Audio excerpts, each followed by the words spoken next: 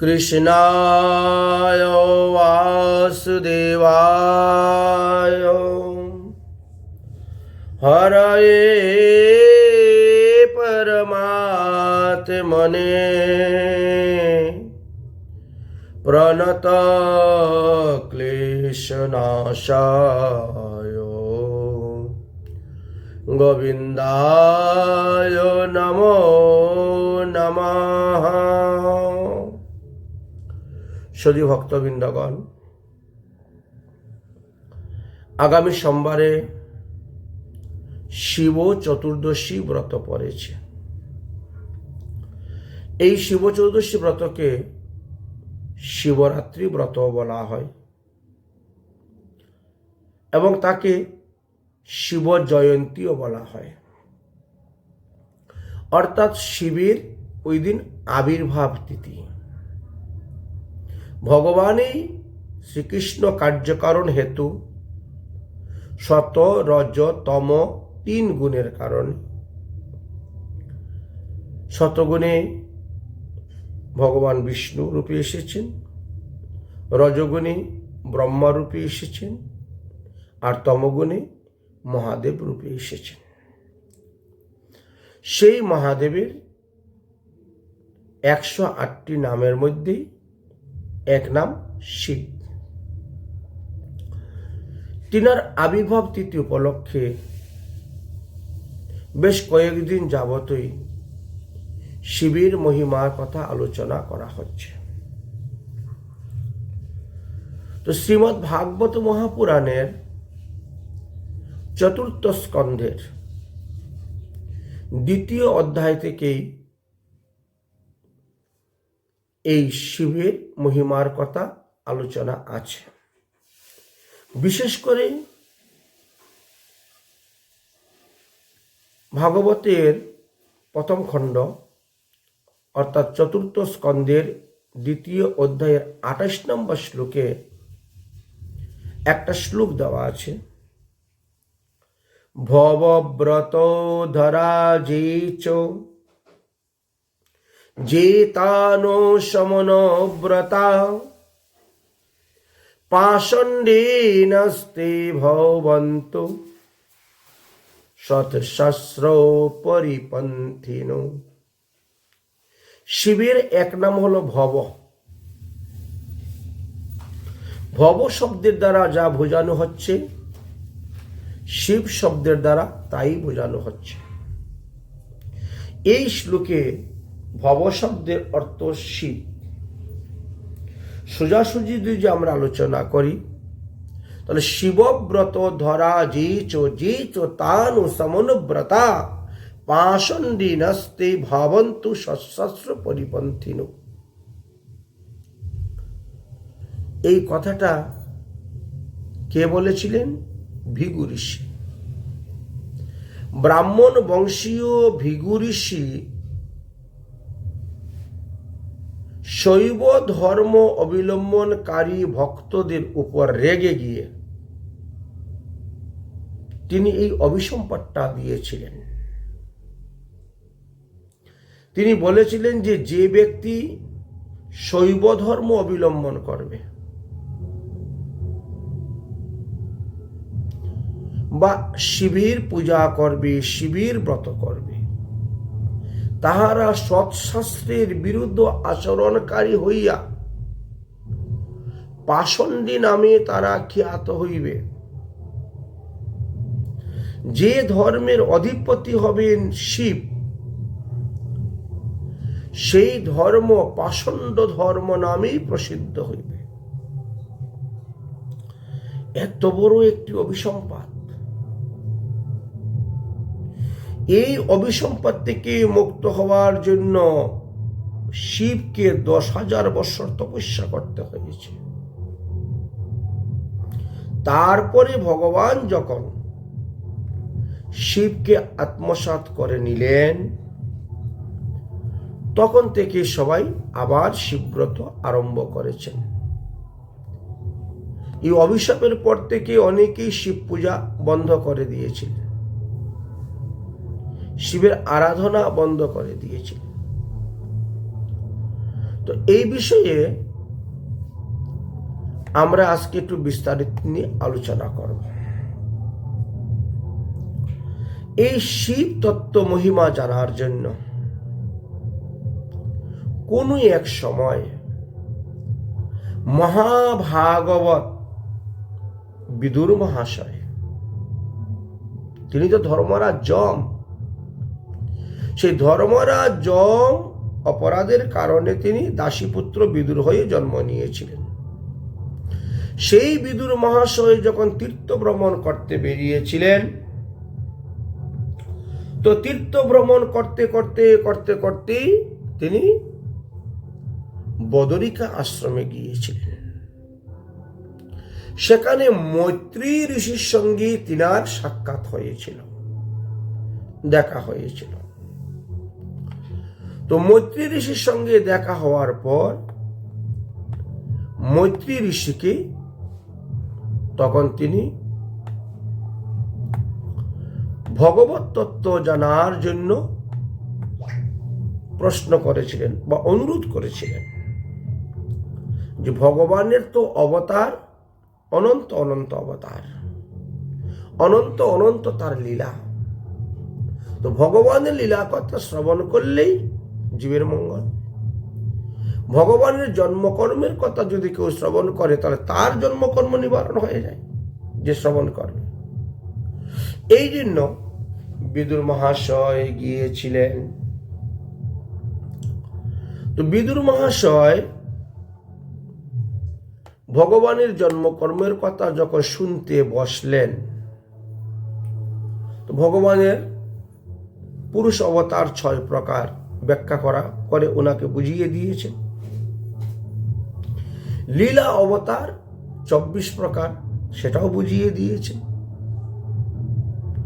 মন্বন্তর অবতার 14 প্রকার, এটাও বুঝিয়ে দিয়েছেন। শক্তি আবেশ অবতার অনেক অনেক, যতটা সম্ভব তাকে বলেছেন। এইভাবে বলতে বলতে যখন গুণ অবতারের কথা আলোচনা করতে গিয়েছেন ভগবানের, তখনই মহাদেবীর প্রসঙ্গ সেখানে এসে উপস্থিত হয়েছে। মহাদেব সর্বপ্রথম যাকে বিবাহ করেছিলেন তার নাম ছিল সতী। আর এই সতী ছিলেন দক্ষের কন্যা। দক্ষের 16টি কন্যা জন্ম নিয়েছিলেন এবং সেই কন্যাগুলাকে তিনি বিভিন্ন স্থানে বিবাহ দিয়েছিলেন। সব থেকে ছোট কন্যা যে সতী, তাকে মহাদেবের কাছে বিবাহ দিয়েছিলেন।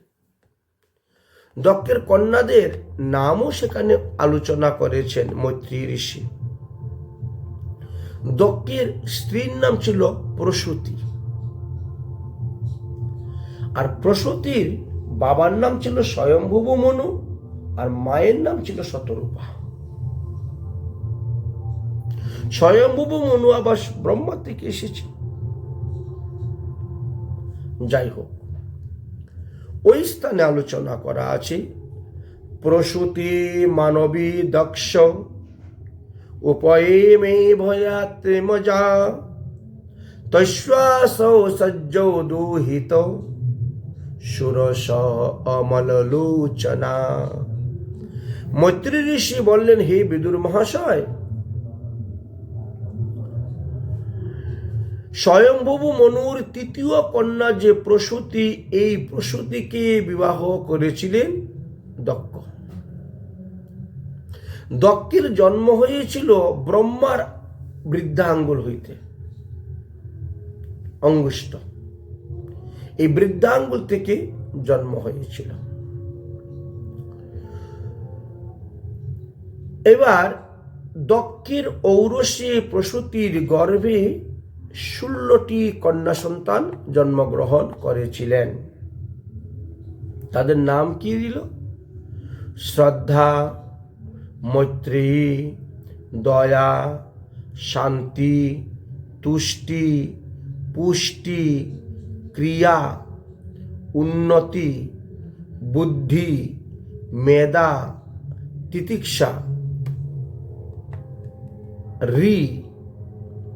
মূর্তি।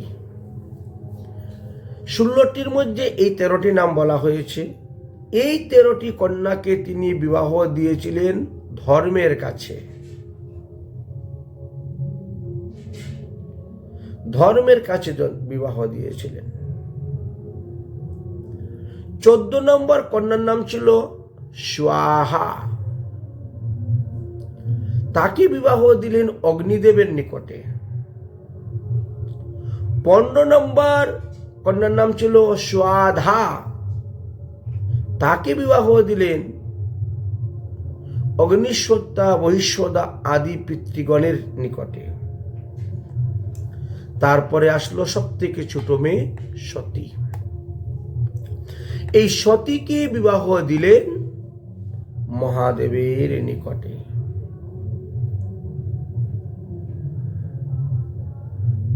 বহুদিন গত হয়ে গেছে, কিন্তু সতীর কোনো সন্তানাদি এখনো জন্ম নেয় নাই।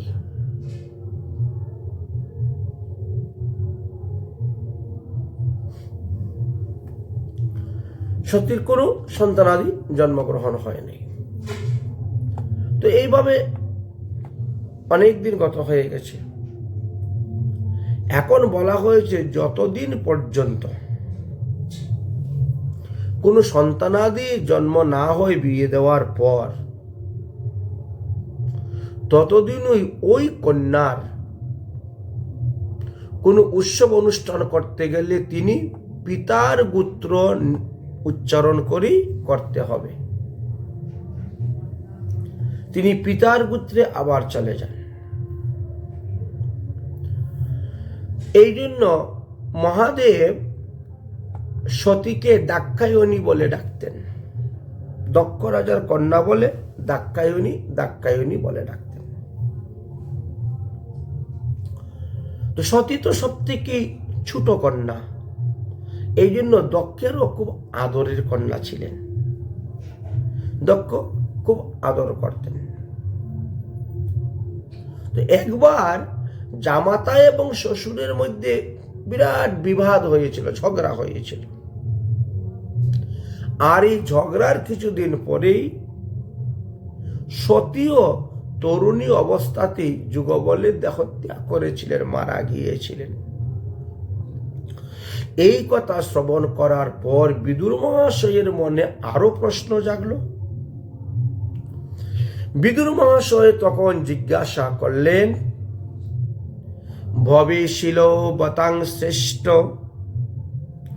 দক্ষ দুহিত বৎসল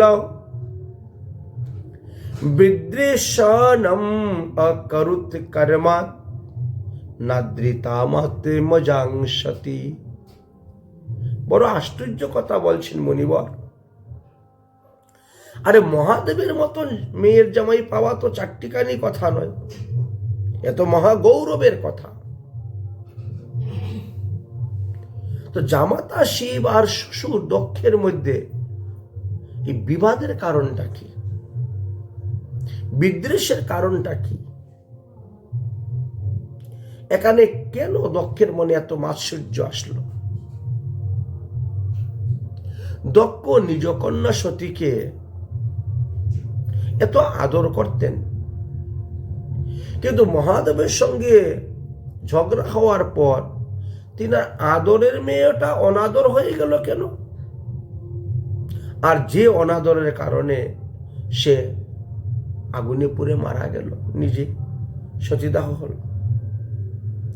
অতএব এই বিষয়টা আমার নিকট একটু পরিষ্কারভাবে বলুন, খোলাখুলি ভাবে বলুন। মৈত্রী ঋষি তখন বলছেন, হে ধর্মরাজ বিদুর, দেখো, পুরাকালে কোনো এক সময়ে বিশ্ব সৃষ্টিকর্তা ব্রহ্মা তিনি দক্ষকে প্রজাপতি পদে বসাইবেন, আর এই অভিলাষ নিয়ে 1000 বৎসর ব্যাপী এক বিশাল যজ্ঞ অনুষ্ঠান করেছিলেন। সেই যজ্ঞেতে দেবগণ, মহিষীগণ, মুনিগণ, অগ্নি আদিগণ সবাই নিজ নিজ অনুচর বর্গের সহিত এসে উপস্থিত হয়েছিলেন। মহাদেব এবং তিনার অনুচরগণ যারা ছিলেন তারাও ওই যজ্ঞ এসে অংশগ্রহণ করেছেন। যজ্ঞটা হয়েছিল তীর্থরাজ প্রয়াগে। এখনো প্রয়াগে সেই যজ্ঞের স্থল আছে। এখনো সেই প্রয়াগে কুম্ভ মেলা হয়। এখনো সেই প্রয়াগে লোক ত্রিবেণী সঙ্গমে স্নান করতে যায়, গঙ্গা যমুনা সরস্বতীর মিলন। এখনো লোক মারা যাওয়ার পরে মানুষের অস্থি সেখানে গিয়ে ক্ষেপণ করা হয়, দেওয়া হয় তাকে। সেই স্থানেতে বিশাল যজ্ঞ হয়েছিল। তো যজ্ঞ কার্যে বসেছেন মহাদেব, দেখছেন যে এখনো দক্ষ মহাশয় সভার মধ্যে প্রবেশ করেন নাই। এই জন্য তিনাকে প্রজাপতি পদেও বসানো হচ্ছে না।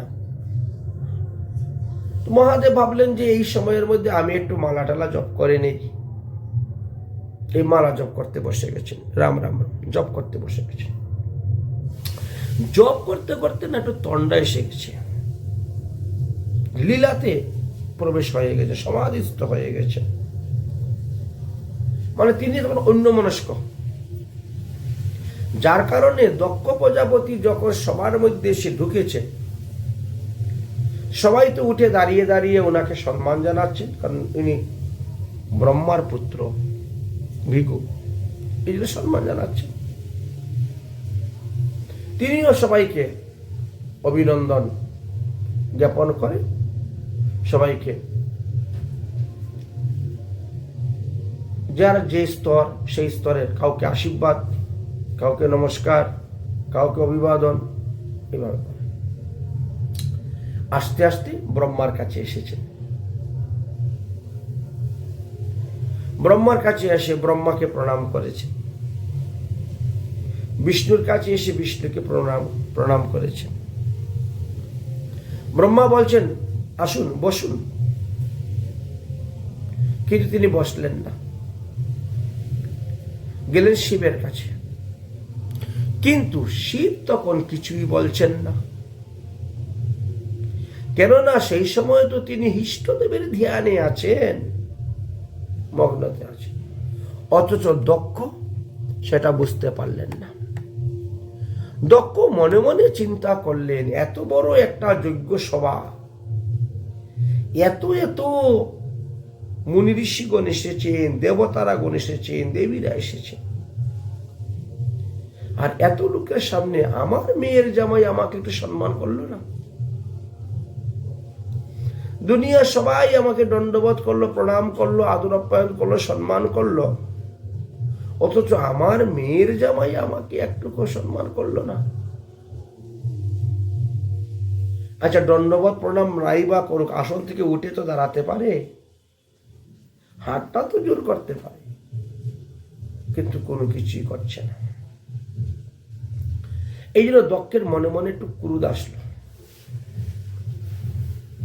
ভেবেছিলাম শিব আমার জামাতা, তার কাছে গেলে সে আমাকে সম্মান দিবে, সম্মান করবে, কিন্তু সম্মান দিল না।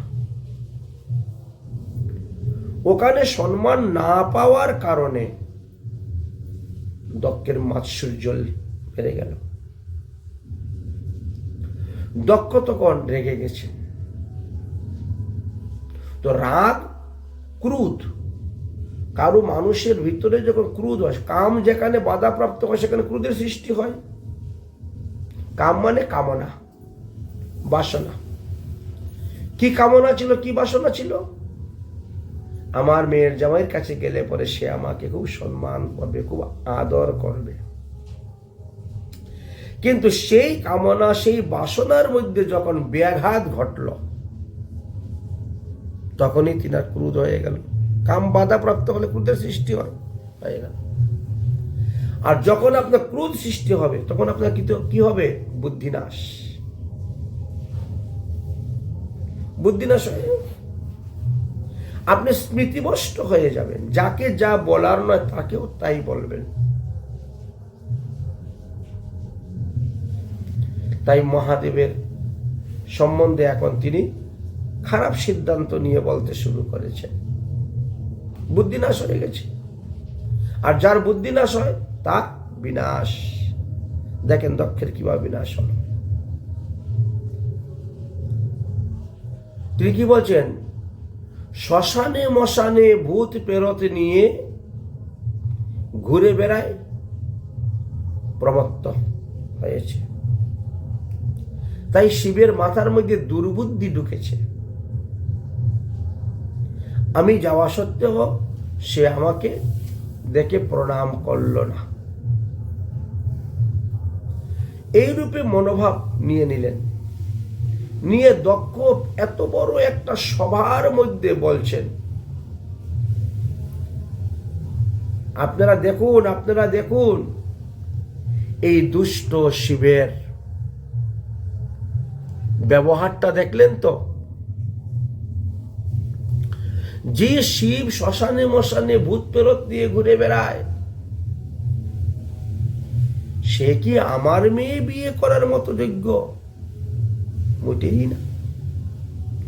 কিন্তু ব্রহ্মার আদেশে আমি আমার মেয়েটা তার কাছে বিয়ে দিয়েছিলাম। বুঝলেন? বিয়ে দিয়েছিলাম। এখন দেখছি মস্ত বড় ভুল করেছি।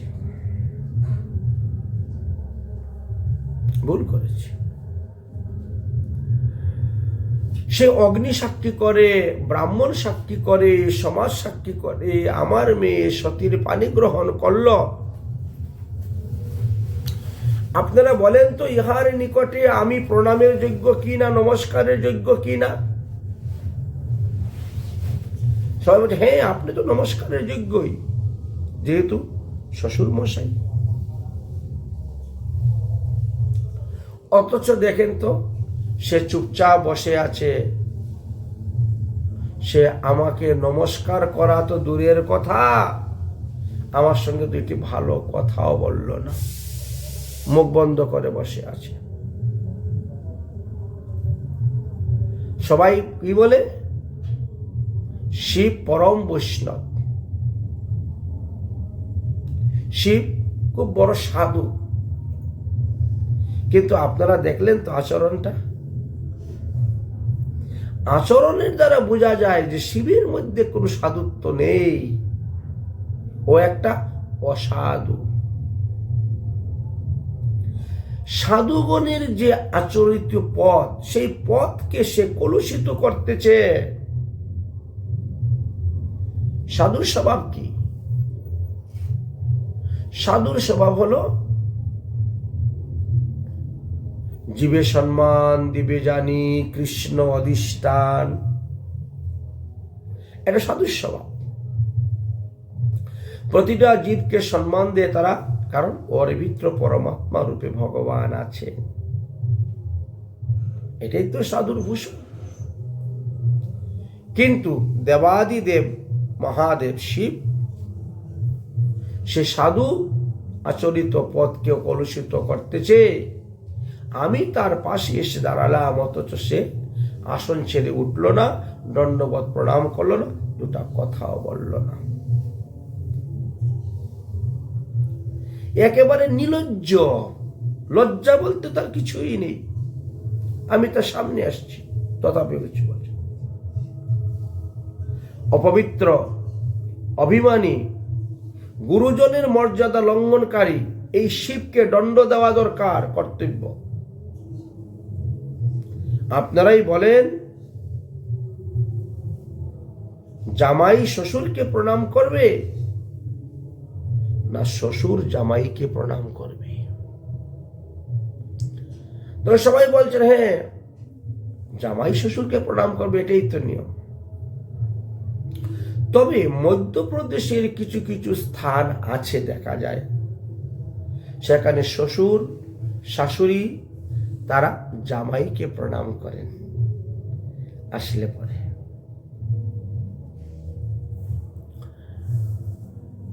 যাই হোক, এবার দক্ষ প্রজাপতি তিনি শিবকে দণ্ড দিবেন, ওনাকে প্রণাম করে নাই বলে।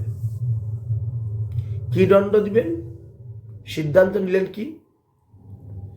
আমি শিবকে অভিসম্পাদ দিলাম, আজ হইতে এই শিব দেব অধম।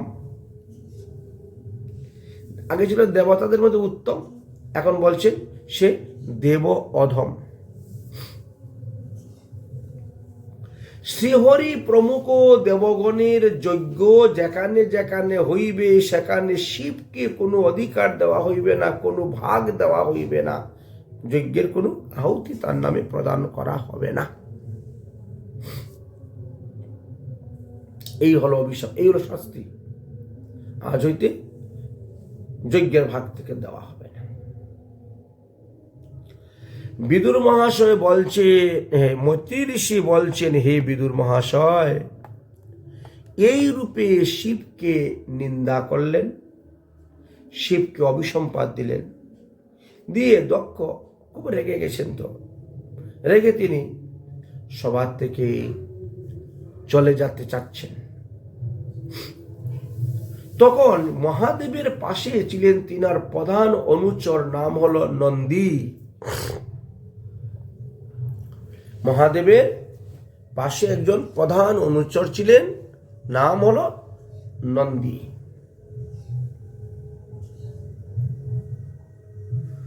নন্দী তো সহ্য করতে পারছে না,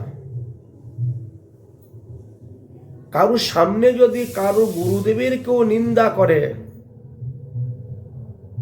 শুনতে নাই। সমর্থ থাকলে যে তোমার গুরুদেবের নিন্দা করতেছে তার ধরে জিহ্বা কেটে দাও, আর সমর্থ না থাকলে দুই কানে আঙ্গুল দিয়ে ভালো করে চেপে ধরে বিষ্ণু বিষ্ণু উচ্চারণ করে ওখান থেকে চলে যাও।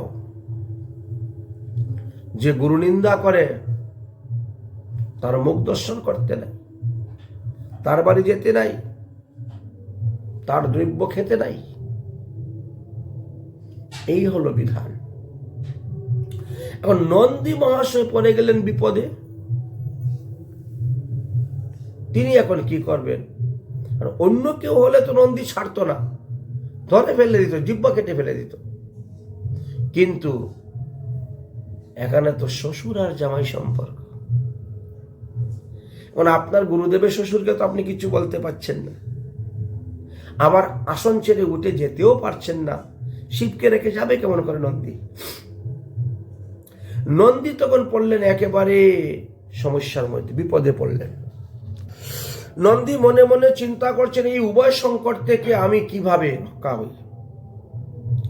এক তো শিবের কাছে বসে শিবের নিন্দা শুনতে পারছি না, আর দ্বিতীয়ত নিন্দাকারী ব্যক্তিকেও আমি কিছু বলতে পারছি না, যেহেতু ইনি মহাদেবের শ্বশুর। বড় চিন্তার মধ্যে পড়ে গেছে শিব। তখন নন্দী একটু রেগে গেলেন। রেগে গিয়ে দক্ষ এবং সবার মধ্যে যারা যারা ছিলেন, মানে শিব নিন্দা শ্রবণ করা সত্ত্বেও যারা প্রতিবাদ করে নাই, সেই সমস্ত ব্রাহ্মণদেরকে লক্ষ্য করে তিনি কয়েকটি অভিসম্পাদ দিয়েছিলেন। অভিসম্পাদের কারণে, অভিসম্পাদ, তুমি যখন আমার প্রভু শিবকে এত বড় অভিসম্পাদ দিয়েছ, আমিও তোমাদেরকে অভিসম্পাদ দেব, তোমাকে অভিসম্পাদ দেব। নিন্দা শ্রবণ করা সত্ত্বেও এতগুলা লোক বসে আছে, কেউ একটু প্রতিকার করলো না, কেউ নিষেধ করলো না, এইসব কি বলছো, থাকো বস, উৎসব অনুষ্ঠান। কিন্তু এই জন্য শিবের প্রধান অনুচর নন্দী তখন অভিসম্পাদ দিলেন দক্ষকে। প্রথম অভিসম্পাদ, হে দক্ষ প্রজাপতি, আপনি নিজেকে বড় শ্রেষ্ঠ জ্ঞানী মনে করেন, এই জন্য আপনি আমার প্রভু শিবের প্রতি যে রূপে দ্বেষ করিয়াছেন, আমার প্রভু শিবকে আপনি যেভাবে অভিসম্পাদ প্রদান করিয়াছেন, আমিও সেইভাবে আপনাকে অভিসম্পাত করতেছি। আপনি পরম ভক্তিমার্গ হইতে চ্যুত হইবেন এবং গৃহস্থ ব্যাপারে অনুরক্ত হইয়া কর্মকাণ্ড নিয়ে সারা জীবন পরে থাকবেন। প্রথম অভিসম্পাত দিলেন এইটি। দ্বিতীয় অভিসম্পাত, যে মুখ দিয়ে আপনি আমার ইষ্টদেব শিবের নিন্দা করেছেন, আমার অভিশাপে আপনার ওই মুখ ছাগলের মুখ হইবে। 3 নম্বর অভিসম্পাত, এই সবার মধ্যে যে সমস্ত লোক বসে থাকা সত্ত্বেও শিবের নিন্দা শ্রবণ করা সত্ত্বেও কোন রূপের প্রতিবাদ জানায় নাই, আমি তাদেরকেও অভিসম্পাত করতেছি। তারা সব আমার অভিশাপে সংসার দুঃখে মগ্ন হয়ে থাকবে। 3টা অভিসম্পাত হয়ে গেল। চতুর্থ অভিসম্পাত, বর্ণানাং ব্রাহ্মণ গুরু, অথচ এই সবার মধ্যে এতগুলি ব্রাহ্মণ বসে আছে, তারা কেউ একটু প্রতিবাদ করল না। যে সমস্ত ব্রাহ্মণগণ শিবের নিন্দা শ্রবণ করিয়া মনে মনে আনন্দ পাইয়াছেন, আমি তাদেরকে অভিসম্পাত করিতেছি। আমার অভিশাপে তারা সর্বভুক্য হইবে, অর্থাৎ যা পাবে তাই খাবে। তাদের খাবার দাবারের কোনো বাজবাসা থাকবে না, সর্বভুক্য।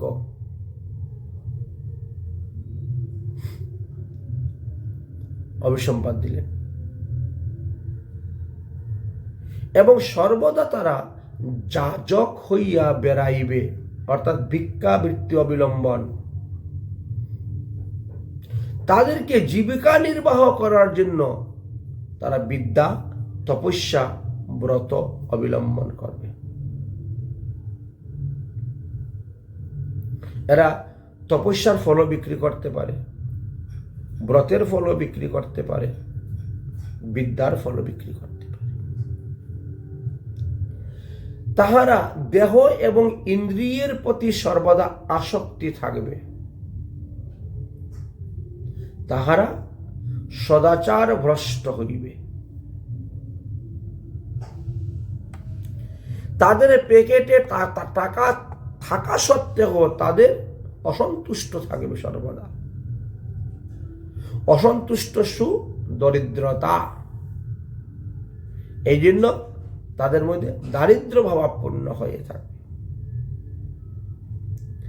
তারা তাদের জীবিকা নির্বাহ করার জন্য বিদ্যা বিক্রি করবে, তপস্যা বিক্রি করবে, ব্রতাচরণ বিক্রি করবে, এইগুলো অবলম্বন পৃথিবী ভ্রমণ করবে। নন্দী যখন এই প্রকারের অভিসম্পাত দিলেন, তখন ভৃগু বংশীয় যারা ছিল ব্রাহ্মণগণ, তাদের মধ্যে ভৃগু মুনি রেগে গেলেন এবং শৈব ভক্তদিগকে তিনি তখন অভিসম্পাত দিলেন। আজ হইতে যাহারা শিবের উপাসনা করিবে, তাহারা পাষণ্ডী জনের যে আচরণ, সেই আচরণই তাদের মধ্যে উপস্থিত হইবে। দেহের মধ্যে জটা ধারণ করা, গায়ের মধ্যে ভস্ম লেপন করা, গলার মধ্যে হাড্ডি অস্থির মালা পরা, বাং, গাঁজা, ধুতরা, সুরা এগুলা পান করা, এবং সর্বদা তারা অশুচি থাকবে, অপবিত্র থাকবে। অভিসম্পাত দিলেন। তারপরেও তিনি শান্ত নন। তারপরে আরেকটি অভিসম্পাত কি দিলেন? শিবব্রত ধরা যে তান সমনব্রতা পাষণ্ডী নস্তে ভবন্ত সৎশাস্ত্র পরিপন্থন। যে ব্যক্তি শৈব ধর্ম অবলম্বন করিবে বা শিবের ব্রত করিবে, তাহারা শিবের প্রসাদ খাইবে, তাহারা সৎ শাস্ত্রের বিরুদ্ধ আচরণকারী বলিয়াই পরিগণিত হইবে, তাহারা পাষণ্ডী নামে খ্যাত হইবে। যে ধর্মের প্রবক্তা বা প্রধান অধিপতি শিব হইবেন, সেই ধর্মটাই পাষণ্ডী ধর্ম নামে স্বীকৃতি পাইবে, প্রসিদ্ধ হইবে। এইভাবে ভৃগু ঋষি অভিসম্পাদ দিলেন। মৈত্রী ঋষি বলছেন, হে বিদুর মহাশয়, ভৃগু ঋষি যখন এই ভাবে অভিসম্পাদ দিলেন, আর তখনই মহাদেবের ধ্যান ভেঙে গেল। তিনি যখন শুনতে পেলেন, তখন শিব বড় দুঃখ পেলেন, বড় দুঃখ পেলেন শিব। শিব তখন তিনার অনুচরদেরকে বলছেন, এই আর একটা কথা কেউ বলবা না, কথায় কথা বাড়ে, সবাই চুপ হয়ে যাও, চলো এখান থেকে আমরা কৈলাসে চলে যাব। যেই যজ্ঞতে আসার পর আমাদের কোনো আদর আপ্যায়ন নেই, সম্মান নেই, আর অভিসম্পাদগ্রস্ত হতে হল, সেখানে থেকে আমাদের কি লাভ? চলো চলো আমরা চলে যাই। এবার কি করা যাবে? প্রজাপতি ব্রহ্মা তখন ভগবান বিষ্ণুর পূজা করিয়া যজ্ঞ সমাপ্ত করে দিলেন, বন্ধ করে দিলেন। বিষ্ণু উঠে চলে গেলেন, ব্রহ্মাও চলে গেলেন, একে একে সমস্ত দেবগণ চলে গেলেন। যজ্ঞর পূর্ণাহুতি দেওয়া হলো না, যজ্ঞ সম্পূর্ণ হলো না। মৈত্রী ঋষি বলছেন, হে বিদুর, ওই দিন হইতেই শিবের সঙ্গে দক্ষের বিদ্বেষ, আর ওই বিদ্বেষ বহুদিন যাবৎ চলছিল, মানে বহু বৎসর গত হয়ে গেছে, বহু বৎসর। দক্ষ কখনো শিবের বাড়িতে আসে না, দক্ষ কখনো শিবকে নিমন্ত্রণ দেয় না কোনো উৎসব অনুষ্ঠান, আর শিবও বিনা নিমন্ত্রণে শ্বশুর বাড়ি যেতে রাজি নয়। এইভাবে চলছে তাদের মধ্যে। মৈত্রী ঋষি বলছেন, হে বিদুর, কোন এক সময়ে ব্রহ্মা ওই দক্ষকে আবার সমস্ত প্রাণীগণের অধিপতি বানাবার জন্য একটি বিশাল বাজপেয় নামক যজ্ঞ আরম্ভ করিলেন হরিদ্বারের কঙ্খল নামক স্থানেতে।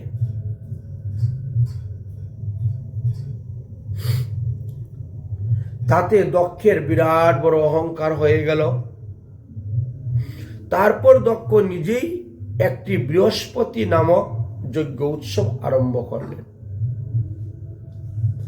সেই যজ্ঞতে ঋষি, মহিষী, দেবতা, পুত্রক, দক্ষের কন্যাগণ সবাই নিজ নিজ নিমন্ত্রণ পেয়ে আকাশ মার্গে দিব্য বিমানে বসে তারা রওনা হয়েছেন সেই বৃহস্পতি নামক যজ্ঞ দর্শন করার জন্য। ওই সময়ে শিবের পত্নী যে সতী তখন দেখছেন বিমানে করে সব দেবগণ যাচ্ছেন আর বার্তালাপ করতেছেন। এই যে উৎসবে যাচ্ছেন, যজ্ঞেতে যাচ্ছেন, বার্তালাপ করতেছেন। বিমানের মধ্যে বসে দেবতাগণ বার্তালাপ করতেছেন। সতী এই কথা শ্রবণ করে শিবের নিকটে গিয়ে জিজ্ঞেস করছেন, ওগো, এরা সব কোথায় যাচ্ছে? দিব্য বিমানে বসে কোথায় উৎসব পঙ্গত ভান্ডারা হবে? সবাই যাচ্ছে। মহাদেব তখন বলছেন, তোমার পিতৃ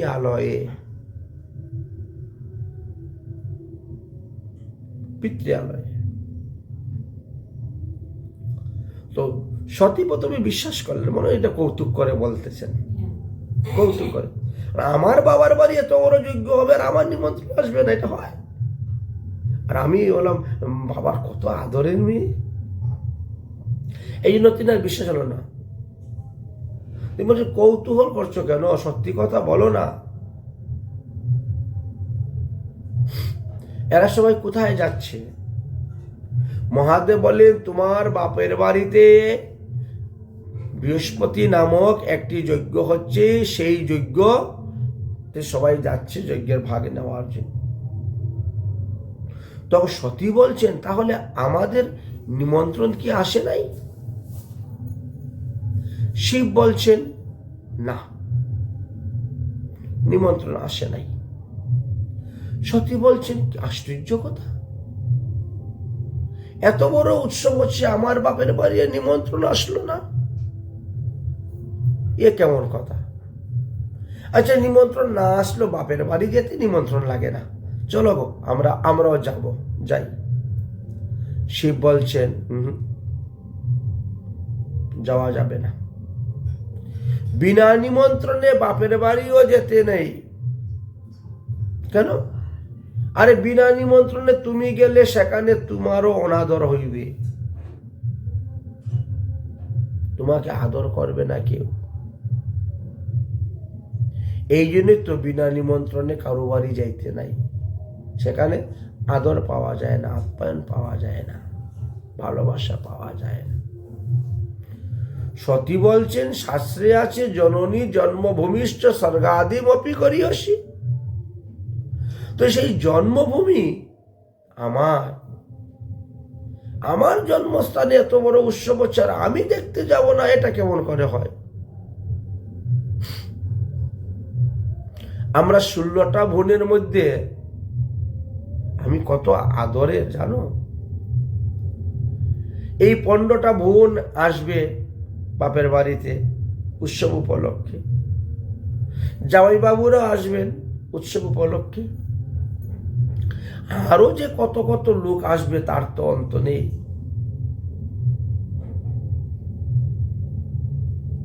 সব সময় তো সবাইকে দর্শন করা সম্ভব হয় না, তো উৎসব অনুষ্ঠান হলে সবাই আসে, ওখানে দর্শন করা যায়, দেখা যায়, সম্ভব হয়। সুতরাং চলো আমরা যাই। মহাদেব বলছেন যে না, ওখানে যাওয়া যাবে না, ওখানে গেলে পরেই বিরাট ক্ষতি হবে, ওখানে যাওয়া যাবে না।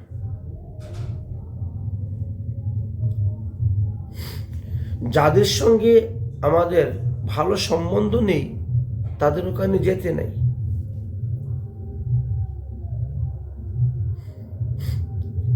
দীনাম দিদুক্ষে ভবম এ ভবতিক্ষম।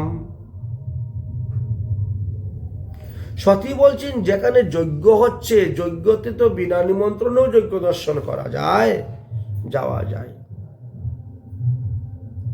আচ্ছা যাদের সঙ্গে আমার পিতার কোনো সম্বন্ধ নেই তারাও তো এই যজ্ঞেতে আসবে দেখার জন্য, তাহলে আমরা যাব না কেন? আপনার ইচ্ছা কেন হইতেছে না যজ্ঞে যেতে আমাকে বলুন। এমন কোন কন্যা আছে যে মাতা পিতার গৃহেতে এত বড় একটা উৎসব হবে সে যেতে চায় না? পিতা, গুরু, স্বামী আর ভগবান, এই 4 জনের কাছে যেতে নিমন্ত্রণ লাগে না, বুঝেছেন? পিতা, গুরু, স্বামী আর ভগবান, এই 4 জনের কাছে যেতে কোনো নিমন্ত্রণ লাগে না, কোনো দরকারও লাগে না, কোনো প্রয়োজনও লাগে না। বলে না প্রয়োজন ছাড়া যাবো কেন, দরকার ছাড়া যাবো কেন? দরকার ছাড়াও যাওয়া যাবে, প্রয়োজন ছাড়াও যাওয়া যাবে। ঠিক আছে, তুমি যেতে চাও না, তুমি যেও না, কিন্তু আমাকে তো আদেশ দাও, অনুমতি দাও, আমি বাপের বাড়ি যাই উৎসব দেখার জন্য। ইহা শুনিয়া মহাদেব বলছেন, হে দেবী, তুমি এতক্ষণ ধরে যাহা কিছু বলছো তাহা সব ঠিক, কিন্তু যেখানে যাওয়া তোমার, তথাপিও সেখানে যাওয়া তোমার উচিত নয়। কেন? আর তুমি দেখো না,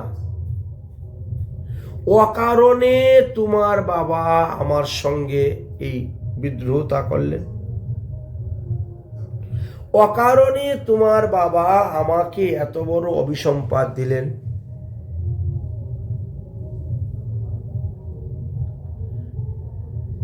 তিনার অভিশাপের কারণে এখন আমি এক ধরনের পতন অবস্থায় পড়ে আছি। কেউ আমার পূজা করে না, কেউ আমার প্রসাদ খায় না, কেউ আমার তপস্যা করে না,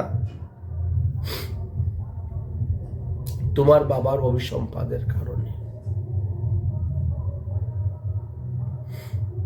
তাই বলছি, যেখানে আমাকে অনাদর করেছেন তোমার বাবা, সেখানে তোমার যাওয়া উচিত নয়। যেহেতু আমার সঙ্গে তার শত্রুতা আছে, দ্রোহ আছে, সেই কারণে সে তোমার সঙ্গেও শত্রুতা করতে পারে, দ্রোহ থাকতে পারে। যদিও পিতার তুমি অত্যন্ত প্রিয়, সব থেকে ছোট কন্যা তো অত্যন্ত প্রিয়, কিন্তু দেখবে আমার সঙ্গে তোমার বিয়ে হয়েছে বলে তুমি সেই যজ্ঞে গেলে আগের মতন আদর পাবে না। বিনা কারণে তোমার পিতা তোমাকেও দ্বেষ করবেন।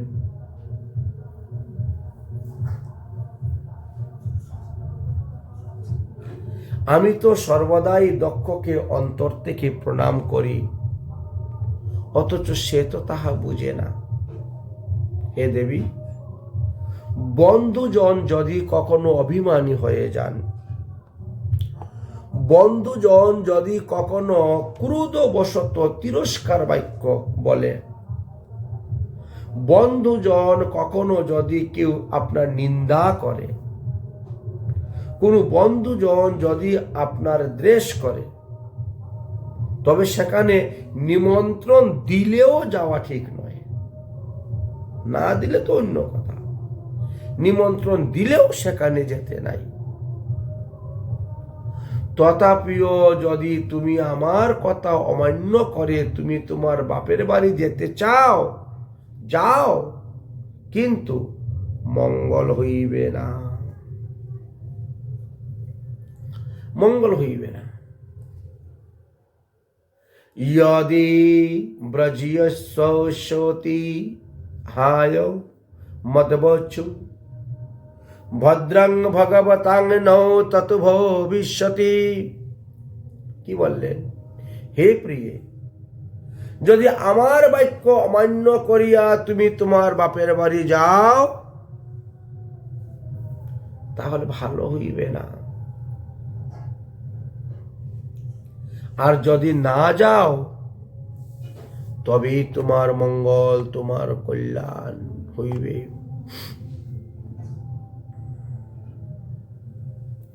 আমার বাক্য না মানো, যদি তুমি সেখানে যাও, তোমার পিতাই তোমাকে তিরস্কার করবে।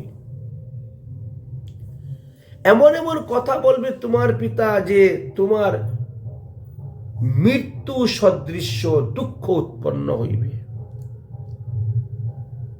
তখন মনে হইবে যে এই দেহটাকে শেষ করে দিতে পারলেই বাঁচি, অতএব এখানে যাওয়া উচিত নয়। যদিও দক্ষ তোমার জন্মদাতা পিতা, তবুও তিনি যখন আমার নিন্দা করবেন, তখন কি তুমি স্বামীর নিন্দা সহ্য করতে পারবে? পতি নিন্দা হেতু তাহার মুখ দর্শন করাও তোমার উচিত নয়। এটি শাস্ত্র বাক্য। কেউ যদি স্বামীর নিন্দা করে, স্ত্রীর কর্তব্য ওই ব্যক্তির মুখ দর্শন না করা। যদি কেউ গুরুর নিন্দা করে, শিষ্যর কর্তব্য হলো ওই ব্যক্তির মুখ দর্শন না করা। যেহেতু তোমার পিতা আমাকে নিন্দা করতেছেন, অতএব তোমার পিতার মুখ দর্শন করাও তোমার উচিত নয়। এটা শাস্ত্রের কথা। এখন আমি যাহা বললাম, শাস্ত্র সিদ্ধান্ত বললাম, তুমি তোমার বিবেক বুদ্ধির দ্বারা বিবেচনা করে যাহা ভালো বুঝো তাহাই করো। মহাদেব এই সিদ্ধান্ত দিয়ে ছেড়ে দিলেন। মৈত্রী বললেন, হে বিদুর, শিব এই কথা বলিয়া চুপ হয়ে গেলেন। আর তিনি আর তপস্যার জিনিসপত্র নিয়ে তপস্যায় গিয়ে বসে গেলেন। এদিকে সতী মনে মনে চিন্তা করতে লাগছেন, পতিকে না বলে যাওয়াটাই ভালো ছিল, বলতে গিয়ে এত কিছু শুনতে হলো।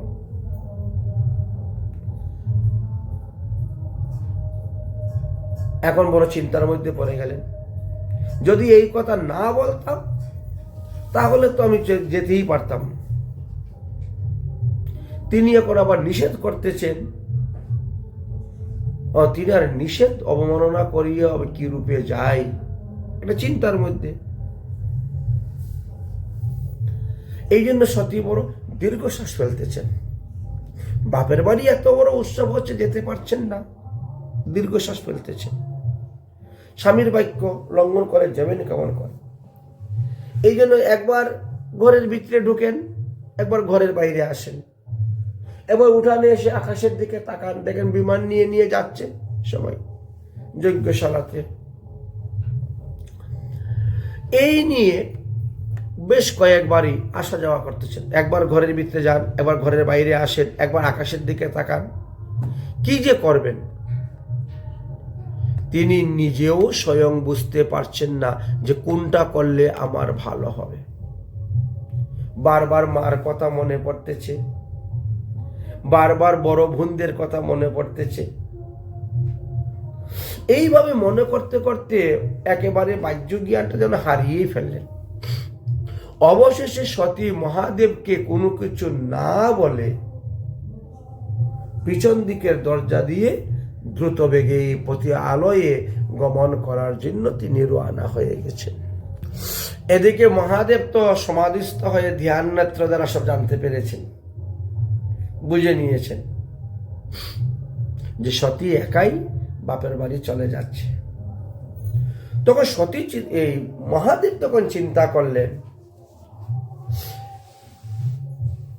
যে সতী যখন তার বাপের বাড়ি গিয়ে উপস্থিত হবে, তখন দক্ষ মনে মনে বলবে, দেখো কিরকম অযোগ্য পাত্রের কাছে আমার কন্যা সম্পাদন করলাম।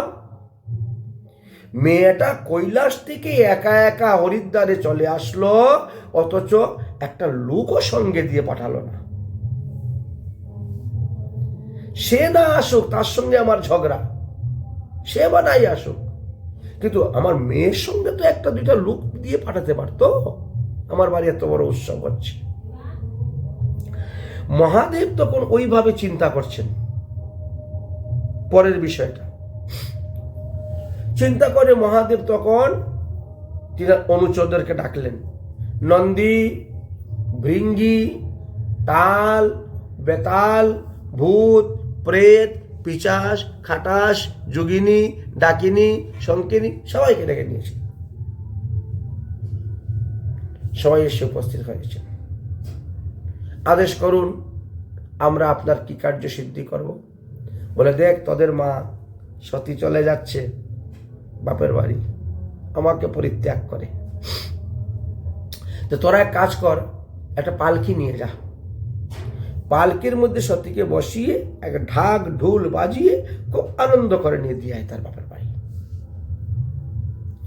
মহাদেবের আদেশে নন্দী, ভৃঙ্গি আদি যারা ছিল ভৃত্যগণ সবাই পালকি নিয়ে গিয়ে দৌড়ে উপস্থিত সতীর কাছে। কেউ পাখা দিয়ে বাতাস করতেছে, কেউ চামর বেজন করতেছে, কেউ ছত্র ধরেছে উপরে। এইভাবে খুব সুসম্মানে আদরের সহিত সতীকে যোগ্য স্থানে নিয়ে গিয়েছেন। শিবের অনুচর তো হাজার হাজার, ভূত প্রেত, ভৃত্যাদিগণ গিয়ে উপস্থিত। শিবাজ্ঞা অনুসারে সতী তখন বাপের বাড়ি যাওয়ার পরে নামলেন,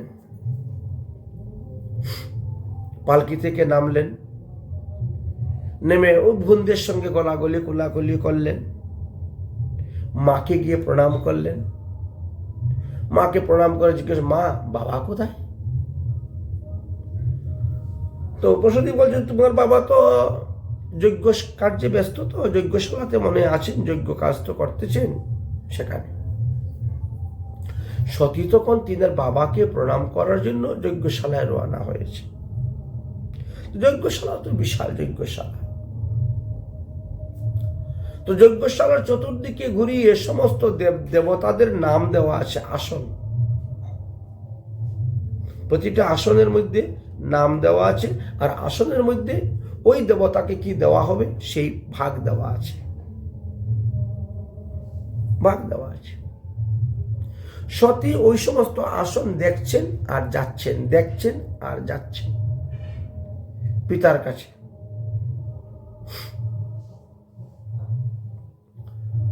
যাচ্ছেন,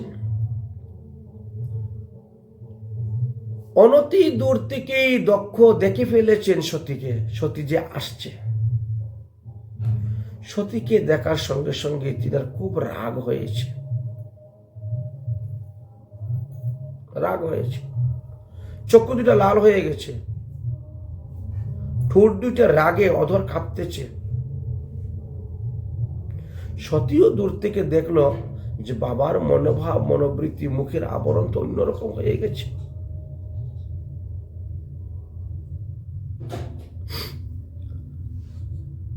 সতী গিয়ে বলছে, পিতাজি প্রণাম। কিন্তু দক্ষ কোনো কথা বলছেন না।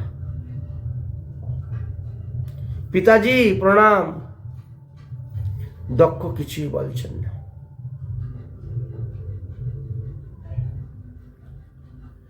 বারবার অনাদর, অবজ্ঞা, ক্রোধামৃত কুদৃষ্টিতে সতীকে দেখতেছেন।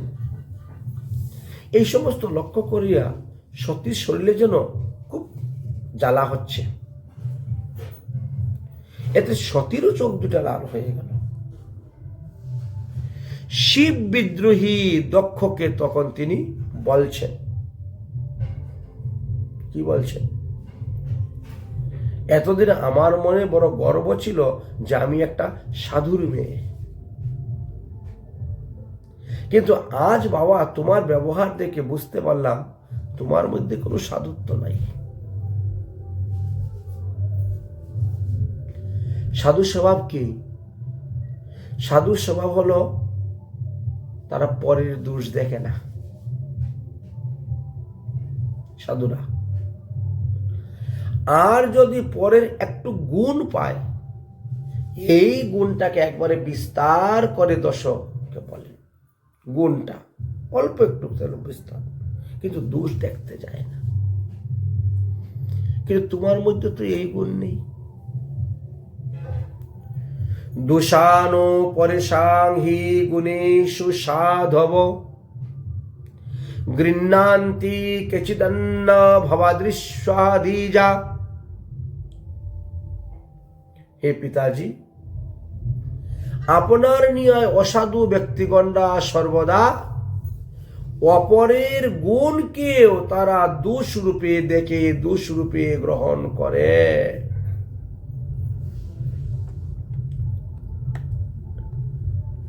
শিব নাম কত পবিত্র নাম। এই দুই অক্ষর শিব, এই শব্দ উচ্চারণ করলে মানুষের সমস্ত পাপ নাশ হয়ে যায়, অপরাধের নাশ হয়ে যায়। অথচ পিতাজি তোমার মুখে কোনোদিন শিব শব্দ শুনি নাই। যদ্দয় অক্ষর নাম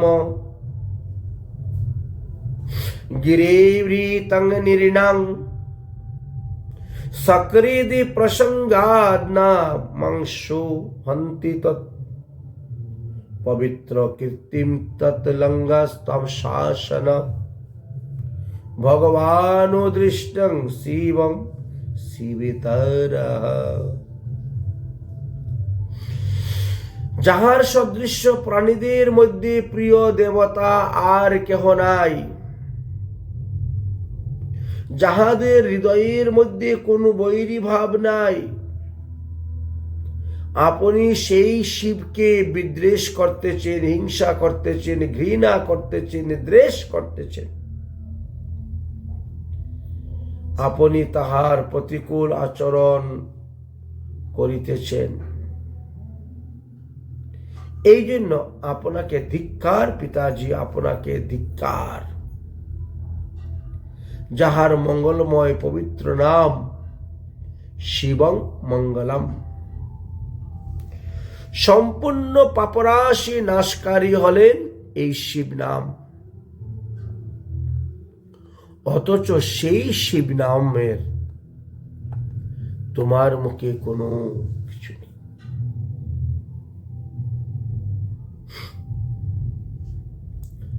আমার তো মনে হচ্ছে শিবকে নিন্দা করার কারণে তোমারও আয়ু হরণ হয়ে যাচ্ছে। তুমি আর বেশি দিনে বাঁচবে না, তোমার মৃত্যু অনিবার্য। যে শিব মানুষের পাপ তাপ অপরাধকে ভস্ম করে দেয়, সেই শিবের আপনি দ্বেষ করতেছেন। যে শিবকে কালেরও কাল ভয় পায়, যার আজ্ঞা কখনো কালও লঙ্ঘন করতে পারে না, আর আপনি সেই শিবের দ্রোহ করতেছেন। অতএব ইহাতে আপনার মঙ্গল হইবে না। আপনি একজন মহাপুরুষের নিন্দা করতেছেন। শিব একজন মহাপুরুষ, আর মহাপুরুষের নিন্দা করলে কি হয় জানেন? যারা মহাপুরুষের নিন্দা করেছেন তৎফলে তার সমস্ত কিছু বিনাশ হয়েছে। সাধুগুরু বৈষ্ণব আদরের বস্তু। এই সাধুগুরু বৈষ্ণবকে যে অনাদর করে তাকে সেই ফল ভোগ করতে হয়।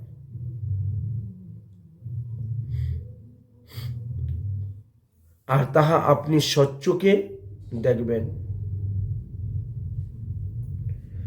যদিও শাস্ত্রে লেখা আছে কর্ণ পিধায় নির্যাদম যদকল্পে ইস্যে, মহাপুরুষের নিন্দা শ্রবণ করার পরে যদি সামর্থ্য থাকে তাহলে ওই নিন্দাকারীর জিহ্বাটা কেটে দাও। আর যদি অসমর্থ হও তাহলে নিজের প্রাণ ত্যাগ করে দাও, অথবা কান বন্ধ করে সেখান থেকে অন্যত্র চলে যাও। হে পিতাজি, আমি স্থির করতে পারছি না যে এই অবস্থায় আমি কি করব। যেহেতু আপনি আমার জন্মদাতা পিতা, না পারবো আপনার জিহ্বা কাটতে, আর না পারবো আমি এখান থেকে কান বন্ধ করে আমার কৈলাস পর্বতে শিবের কাছে যেতে।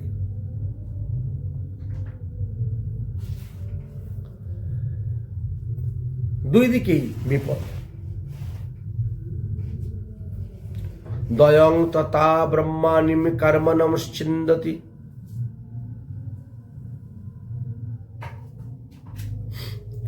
আমি যখন তোমার বাড়ি থেকে উৎসবের পরে কৈলাসে যাব,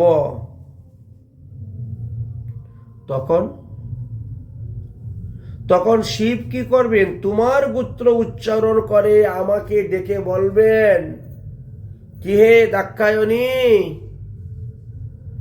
বাপের বাড়ি তো গেলে উৎসব অনুষ্ঠান দেখার জন্য, উভয় তো উৎসব অনুষ্ঠান দেখলে, তো ওখানে কি কি দেখেছো, কি কি শুনেছো, কি কি খেয়েছো, কার সঙ্গে সাক্ষাৎ হয়েছে,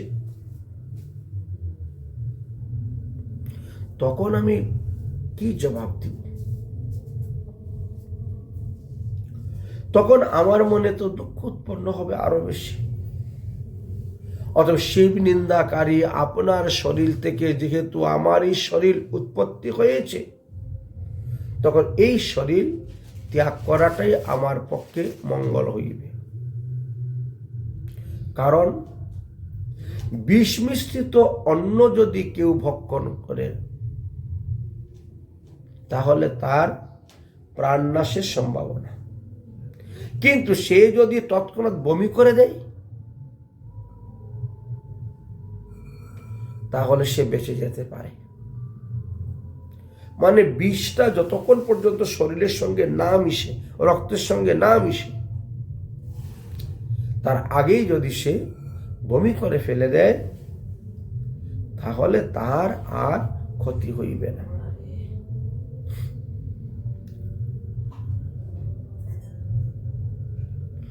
তো আপনারই শরীর থেকে বাবা আমার শরীর উৎপন্ন হয়েছে, এই জন্য এই পাপী শরীর আর রাখবো না, এটা নষ্ট করে দেওয়াই উচিত।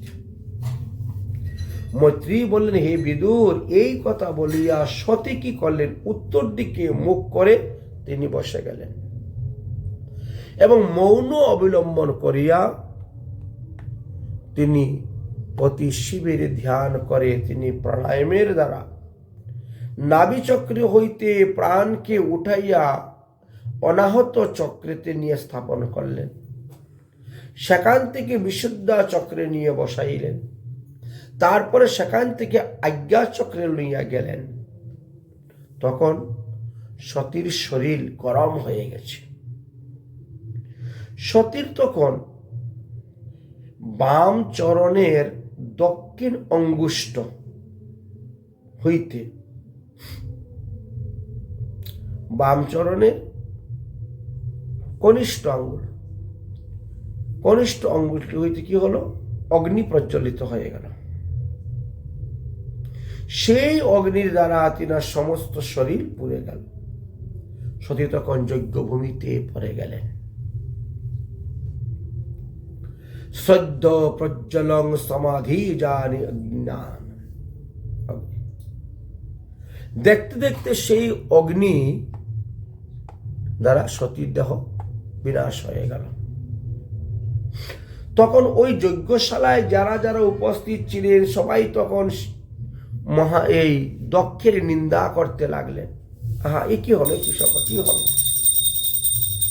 লোকমুখে সতীর দেহত্যাগ শুনিতে পাইয়া সতীর অনুচরগণ, মহাদেবের অনুচরগণ যারা সতীকে নিয়ে এসেছিলেন, তারা তখন অস্ত্র ধারণ করিয়া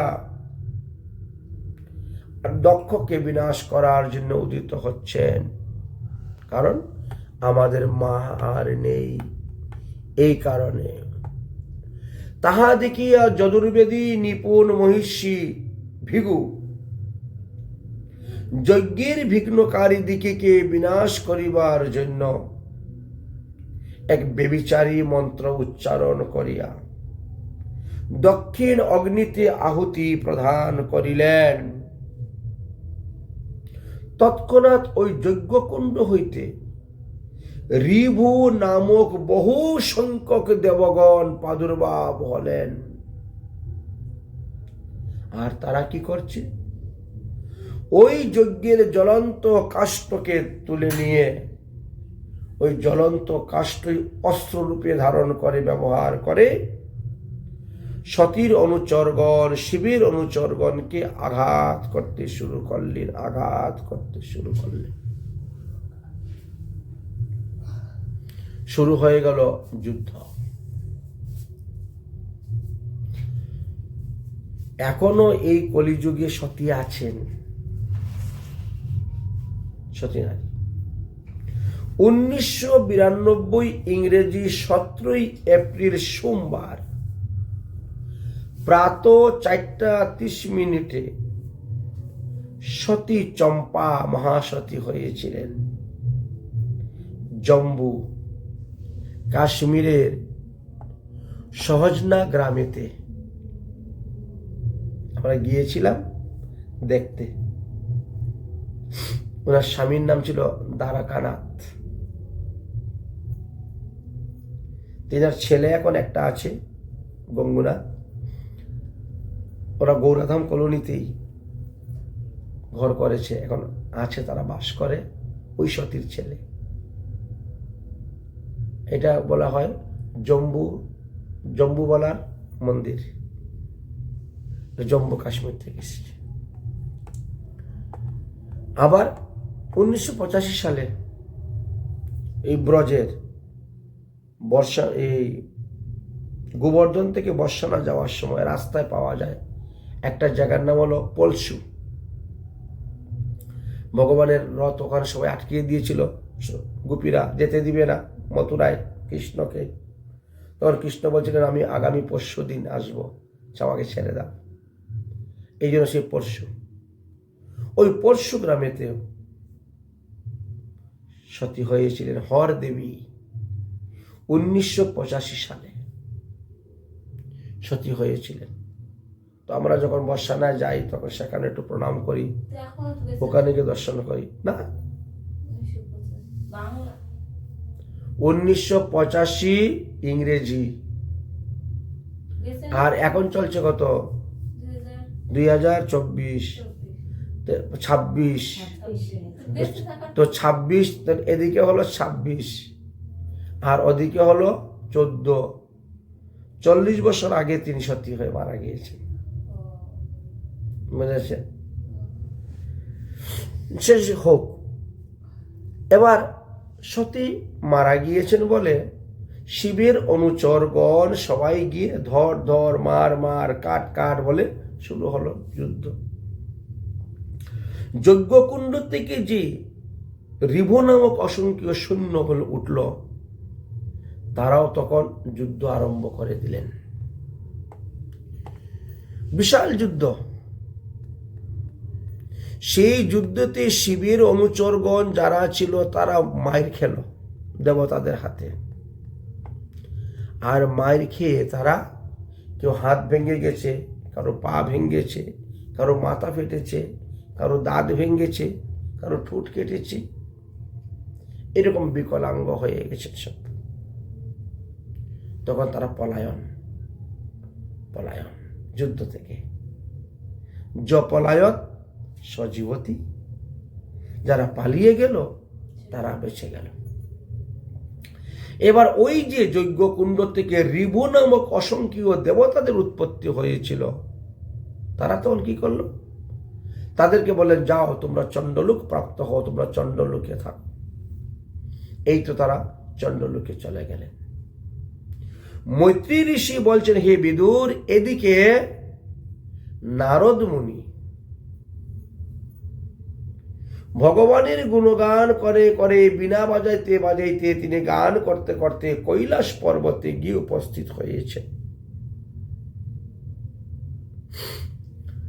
এবং শিবকে দেখিয়া তিনি বলছেন, নারায়ণ নারায়ণ।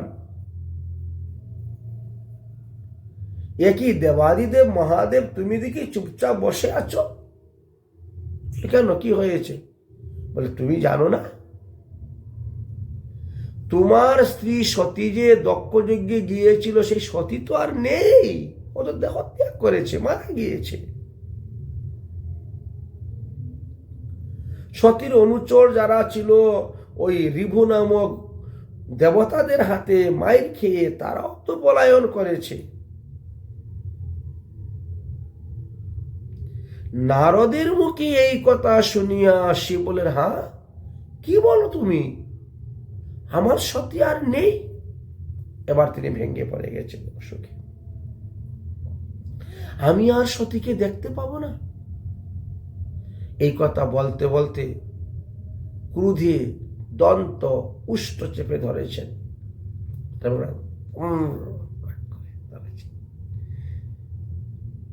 আর মাথার থেকে একটা জটা টান দিয়ে ভূমির মধ্যে ফেলে দিয়েছেন পৃথিবীতে।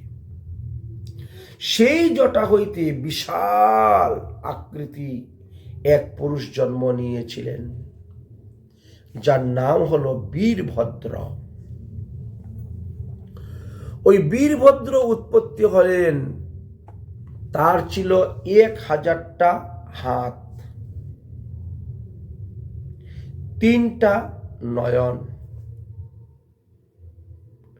গলদেশে নর মানুষের মালা, হাতের মধ্যে নানাবিধ দিব্য অস্ত্র, গায়ের রং একবারে ঘোর কৃষ্ণবর্ণ, চেহারা কালো। ওই ব্যক্তি তখন দেবাদিদেব মহাদেবকে প্রণাম করে বলছেন, আপনি আদেশ করুন, আমি কি কাজ করব? কেন আপনি আমাকে সৃষ্টি করেছেন?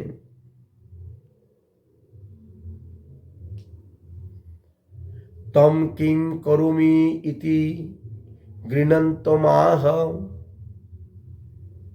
হে ভগবান শিব, আমি আপনার কি কার্য সাধন করিব? আপনি আমাকে আদেশ করুন, আদেশ করুন। মহাদেব তখন বলছেন, হে বীরভদ্র, তুমি আমার অংশ থেকে জন্ম নিয়েছ, তুমি আমার অংশ স্বরূপা, সুতরাং তুমি নির্ভয়ে আমার অগণতি অনুচরদেরকে সঙ্গে করে নিয়ে দক্ষ যজ্ঞে যাও এবং সেই দক্ষ যজ্ঞ ধ্বংস করে দাও, লণ্ডভণ্ড করে দাও। ওই দক্ষকে বধ করো। ইহা শুনিয়া বীরভদ্র শিবকে প্রণাম করিয়া হাতে ত্রিশূল ধারণ করিয়া দক্ষ যজ্ঞের দিকে দৌড়তে শুরু করেছেন। আর তৎপশ্চাৎ শিবের যত অনুচরগণ ছিলেন সবাই দৌড়তে শুরু করেছেন, যাচ্ছেন আর তর্জন গর্জন করে যাচ্ছেন। এত দ্রুত বেগে তারা গমন করতে শুরু করেছেন যে তাদের পায়ের আঘাতে ধুলি উড়ে চতুর্দিক অন্ধকার, ধুলা, এত ধুলা আর ধুলা, মনে হচ্ছে একবারে 10 দিক অন্ধকার হয়ে গেছে। যজ্ঞে যে সমস্ত পুরোহিতরা ছিলেন বসা, যজমানরা ছিলেন বসা, তারা তখন চিন্তা করছে এত বাতাস কোথার থেকে আসতেছে, এত ধুলা রাশি কোথার থেকে উঠতেছে। এখন তো গরু মহিষ নিয়ে যাওয়ার সময় নয় যে গরু মহিষের পায়ের আঘাতে ধুলা উঠতেছে, আর এখন তো ধুলা খেলারও সময় নয়। তবে এত ধুলি দেখা যাচ্ছে কেন? দক্ষের পত্নী আদি অন্যান্য যে সমস্ত স্ত্রী লোক ছিলেন তারাও উদ্বিগ্ন হয়ে বলছেন, কি ব্যাপার, এ কোথা থেকে কি আসছে? তবে কেউ কেউ অনুমান করতেছেন এইগুলা কোনো কিছুই নয়, এইগুলা হলো দক্ষের পাপের ফল। পাপের ফলে কি হয়? অমঙ্গল আসে সংসারে, অমঙ্গল আসে। সতী অনাদর করেছে, সতী মারা গিয়েছে, এই জন্য এইটি, এই অমঙ্গল সূচক ইঙ্গিত আমাদেরকে দিচ্ছে। অতএব নিশ্চয়ই এখানে একটা কিছু হতে পারে, এটা তারা অনুমান করতেছেন। যেই শিব কালেরও কাল, সেই শিবকে দক্ষ তিরস্কার করল, সুতরাং তার কল্যাণ হবে কি রূপে? সাধুগুরু বৈষ্ণবরা তো আদরের বস্তু, কিন্তু তাদেরকে অনাদর করেছে যারা, তারাই কষ্ট পেয়েছে, দুঃখ ভোগ করেছে। সকল রমণীগণ এইভাবে বলা বলি করতেছে। আর এমন সময় রুদ্রগণ, অনুচরগণ গিয়ে উপস্থিত হয়ে গিয়েছে। নিজ নিজ খর্বাকৃতি অস্ত্র উত্তোলন করিয়া যজ্ঞশালায় প্রবেশ করিয়া আগে যজ্ঞের শালা রশি কেটে দিয়েছেন। যজ্ঞ মণ্ডপের বাঁশ সব কেটে ফেলে দিয়েছেন। যজ্ঞ মণ্ডপের যে পাত্র, সব পাত্রগুলা ভেঙ্গে গুঁড়া করে দিয়েছেন। যজ্ঞ কুণ্ডের অগ্নি নিভিয়ে দিয়েছেন। কেহ কেহ তো মুনি ঋষিগণকেও খুব গালাগালি করতে শুরু করে দিয়েছে। কেহ বা পাথর ঢিল মারতেছে, কেউ বা সীমাসূত্র সব কেটে ফেলে দিচ্ছে, কেউ বা স্তম্ভের কাষ্ঠদণ্ড ভাঙ্গিয়া ফেলিতেছে, আর কেউ বা ওই যজ্ঞকুণ্ডের মধ্যে মূত্র ত্যাগ করিতেছে শিবের অনুচররা। কেহ বা মুনি ঋষিদেরকেও নানা প্রকার পীড়ন দিতেছে। তখন সবাই ভয়ে ভীত হয়ে পলায়ন করতে শুরু করলেন। কিন্তু যাবে কোথায়? মহাদেবের অনুচরগণ দেবতাদেরকে ধরে ধরেও পীড়ন দিচ্ছেন। মণিমান নামক শিবের এক অনুচর ছিল, তিনি ভৃগু ঋষিকে বন্দী করলেন, ধরে ফেললেন। বীরভদ্র গিয়ে উপস্থিত হয়ে বলছেন, এই বেচারা কি দোষ করেছে? বলে, ইনি হলেন ভৃগু ঋষি। যখন শিবের নিন্দা করা হচ্ছে তখন তিনি খুব দাড়ি হিলাচ্ছেন, দাড়ি নাড়ছেন আনন্দে, তাই নাকি? বীরভদ্র দাড়িগুলাকে ধরে এক টান দিয়ে ছিঁড়ে ফেলে দিয়েছে, তুলে নিয়েছে একেবারে গুড়া সহ দাড়ির। চন্দ্রেশ্বর নামক এক ব্যক্তি, তিনি সূর্যকে গিয়ে ধরলেন, ধরে তাকে বন্দী করলেন। বীরভদ্র জিজ্ঞাসা করছে, এই বেচারা কি করেছিল দোষ? সবাই সাক্ষী দিচ্ছে। দক্ষ যখন শিবের নিন্দা করছিল তখন তিনি দাঁত বের করে করে হাসছেন, দাঁত বের করে করে হাসছেন, তাই নাকি? একটা পাথর এনে ভরে দাঁত সব ভেঙে দিয়েছে। শিবের নিন্দা করছো, দাঁত বের করে হাসছো, সব দাঁত ভেঙে দিয়েছে।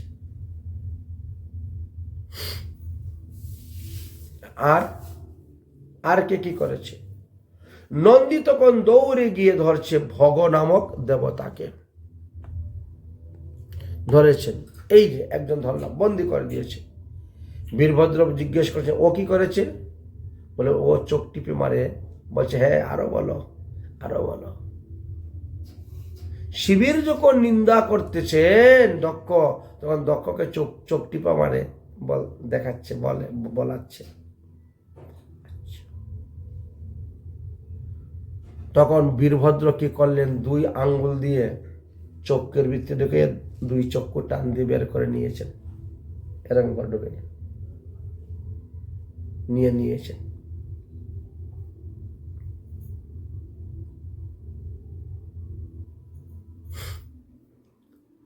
এইভাবে শিবের অনুচরগণ এক একজনকে ধরে বীরভদ্রের কাছে নিয়ে আসে আর বলে, এই কাজ করেছে, ওই কাজ করেছে। তখন বীরভদ্র তাদের শাস্তি দিতে শুরু করেছে। রুদ্র অনুচরগণের কাছে পরাজিত হয়ে দেবগণ, ঋষিগণ, যজ্ঞশালা যারা ছিলেন সবাই পলায়ন, যার যার মতো পলায়ন। বীরভদ্র তখন তার অনুচরদেরকে সবাই করে নিয়ে তিনি কৈলাসে রওনা হবেন। তখনই দেখা গেছে প্রজাপতি দক্ষ, ইনি হলে সেই প্রজাপতি দক্ষ। বীরভদ্র তাকে ধরে পশুর মতন বেঁধে যোগ কাষ্ঠের মধ্যে নিয়ে ঢুকিয়ে মাথা বলি দিয়ে 2 টুকরা করে দিয়েছে। দক্ষের মস্তক স্কন্দ থেকে আলাদা করে দিয়েছে। ওই মাথাটা আবার যজ্ঞকুণ্ডের আগুনের মধ্যে ফেলে দিয়েছে, স্বাহা। তারপরে কৈলাসে গেলেন। মৈত্রী বলছেন, হে বিদুর, শিবের অনুচরের দ্বারা পরাজিত হইয়া সমস্ত দেবগণ অঙ্গহীন হইলেন, বিকলাঙ্গ হয়ে গেলেন। ব্রহ্মার নিকটে গিয়ে তারা ব্রহ্মাজিকে প্রণাম করে দক্ষযজ্ঞের যে সমস্ত বৃত্তান্ত জানাইলেন।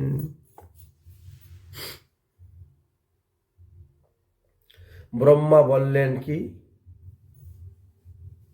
উপলভ্য পুরীরিত ভগবান অব্জ সম্ভব। এ দেবগণ, তোমাদের ভান্ডারা খাওয়ার এত লোভ কেন? উৎসব খাওয়ার, অনুষ্ঠান খাওয়ার এত লোভ কেন? যেই যজ্ঞতে, যেই উৎসবে ভগবান বিষ্ণু যান নাই, যেই উৎসবে, যেই যজ্ঞতে আমি যাই নাই, যেই উৎসবে, যেই যজ্ঞতে মহাদেব যায় নাই, সেখানে তোমাদের যাওয়া উচিত হয় নাই। তোমরা বড় অন্যায় কাজ করিয়াছ। যেহেতু শিবের ভাগ সেখানে দেওয়া হয় নাই, জানো, শিব সংহার কর্তা। শিব যদি একবার ক্রুধিত হয়ে যায়, কুপিত হয়ে যায়, তাহলে দক্ষ কেন, তিনি সমস্ত ব্রহ্মাণ্ডকে বিনাশ করতে পারেন। সমস্ত ব্রহ্মাণ্ডকে তিনি বিনাশ করিতে পারেন। আর সেই শিবের সেখানে নিন্দা হয়েছে, ওনাদের হয়েছে। সুতরাং তোমরা যদি সুস্থ থাকতে চাও, ভালো থাকতে চাও, তাহলে যাও মহাদেবের চরণে গিয়ে পরে ক্ষমা চাও, স্তুতি ভক্তি করো। তিনি যদি কৃপা করেন তবেই তোমরা সুস্থ হবে, ভালো হবে, সুস্থ হবে, ভালো হবে। এই কথা বলে ব্রহ্মা সমস্ত দেবতাদেরকে সঙ্গে করে নিয়ে কৈলাস পর্বতের দিকে রওনা হলেন। দেবতাগণ কৈলাস পর্বতে যাওয়ার অনতি দূর থেকে দেখতে পাচ্ছেন এক বিশাল বটবৃক্ষ কৈলাস পর্বতে আছে। আর সেই বটবৃক্ষের নিচে বসে মহাদেব অতি শান্ত মূর্তিতে মুনি ঋষিগণের সম্মুখে হরিকথা পরিবেশন করিতেছেন।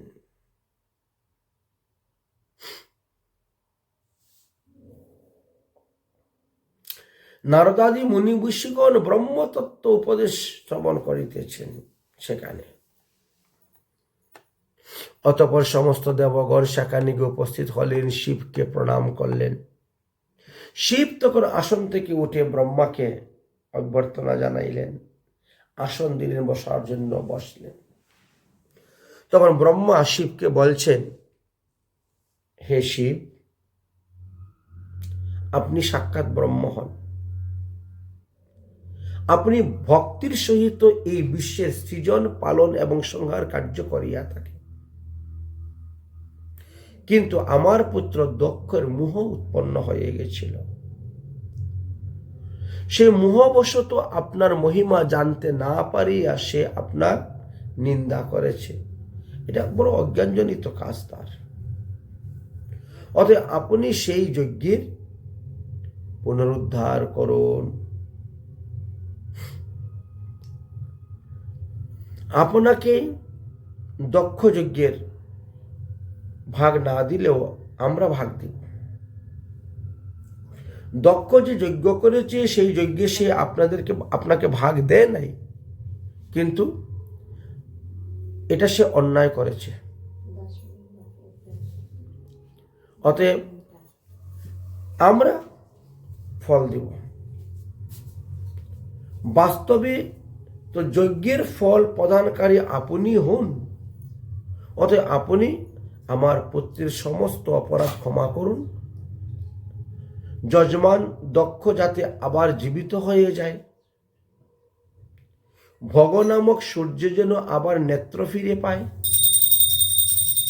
ভৃগু ঋষির যেন আবার দাড়ি উৎপন্ন হয়, পুষ্য নামক সূর্যের জন্য আবার দাঁত উঠে পূর্ববৎ হয়ে যায়, আর যে সমস্ত দেবতাদের অঙ্গ প্রত্যঙ্গ ছিন্ন বিচ্ছিন্ন হয়েছে অশ্রাঘাতে, তারাও যেন আরোগ্য হয়ে যায়। আপনি আশীর্বাদ করুন। আমার পুত্র দক্ষ যজ্ঞের ভাগ আপনাকে না দিল, আমি আপনাকে যজ্ঞের ভাগ দিব। যজ্ঞ করার পর যে সমস্ত উৎকৃষ্ট দ্রব্য বেঁচে যাবে, সেই যজ্ঞ অবশিষ্ট দ্রব্যের মালিক হবেন আপনি।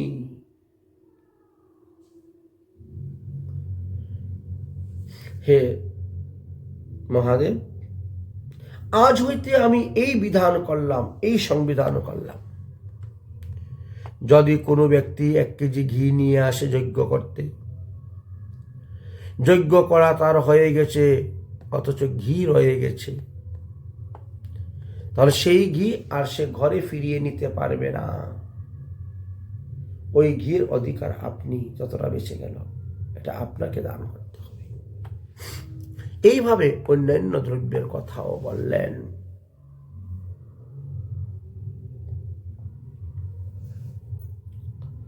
মৈত্রেয়ী ঋষি বললেন, হে বিদুর, ব্রহ্মার এইরূপ প্রার্থনা শ্রবণ করিয়া মহাদেব তখন হাসি মুখে বলছেন,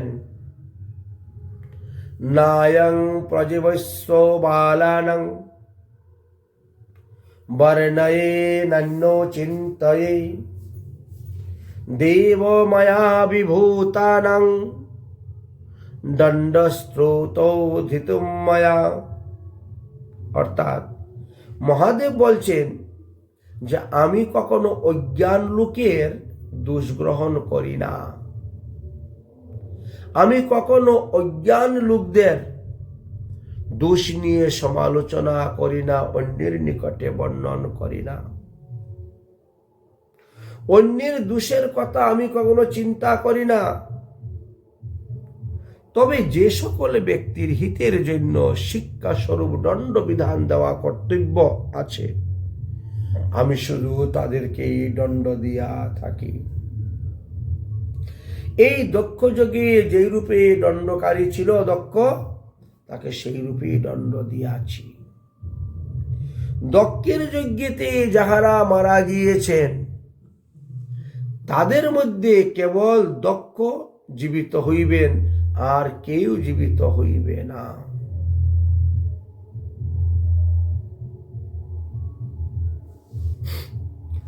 দক্ষের মাথা যেহেতু অগ্নিকুণ্ডে ফেলে দেওয়া হয়েছে, মাথা পুড়ে গিয়েছে, দগ্ধ হয়ে গেছে, এই জন্য উত্তর দিকে মাথা দিয়ে যদি কোনো প্রাণী শয়ন করে থাকে, তাহলে তার মাথা কেটে নেন, আনো, আমি এখনই দক্ষকে জীবিত করে দিব। পাঠালেন পবনদেবকে, যাও। পাওয়া গেল গিয়ে একটি ছাগল উত্তর দিকে মাথা দিয়ে শুয়ে আছে। সঙ্গে সঙ্গে তার মাথা কেটে নিয়ে আসলেন। দক্ষের মস্তকের সঙ্গে, স্কন্দের সঙ্গে যখন সেই মস্তক সংযুক্ত করা হলো, দক্ষ জীবিত হয়ে গেলেন। ওই ছাগলের মুখ নিয়েও দক্ষ তখন শিবের স্তুতি করতে শুরু করলেন। এদিকে ভগ নামক সূর্যদেব বলছেন তার চক্ষু ভালো হবে না, তবে সে মিত্র দেবতার চক্ষু দিয়ে সে দেখতে পাবে। পুষ্য নামক সূর্যের বলছেন ওর আর দাঁত উঠবে না, ও এখন ছাতু খাবে, ছাতু, লেজ্জ দ্রব্য। আচ্ছা, এবার ভৃগু ঋষির কথা আসলো। ভৃগু ঋষি দাড়ি বলে, দেখো কোনো ছাগলের দাড়ি পাওয়া গেলে নিয়ে আসো, এনে লাগিয়ে দাও, ঠিক হয়ে যাবে। এইভাবে মহাদেব সমস্ত দেবগণের সহিত হিত সাধন করলেন, যজ্ঞে পূর্ণাহুতি দিলেন, যজ্ঞ সমাপ্ত হল। যজ্ঞ সমাপ্ত হওয়ার পর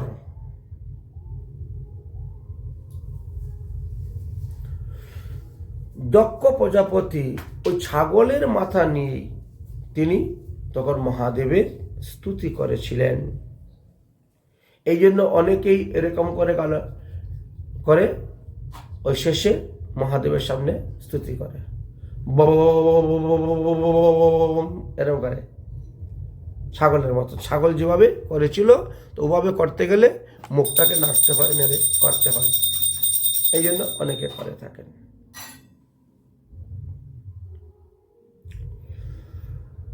যাই হোক, এবার সবাই প্রসন্ন, সবাই সন্তুষ্ট, সবাই খুশি হয়ে গেলেন।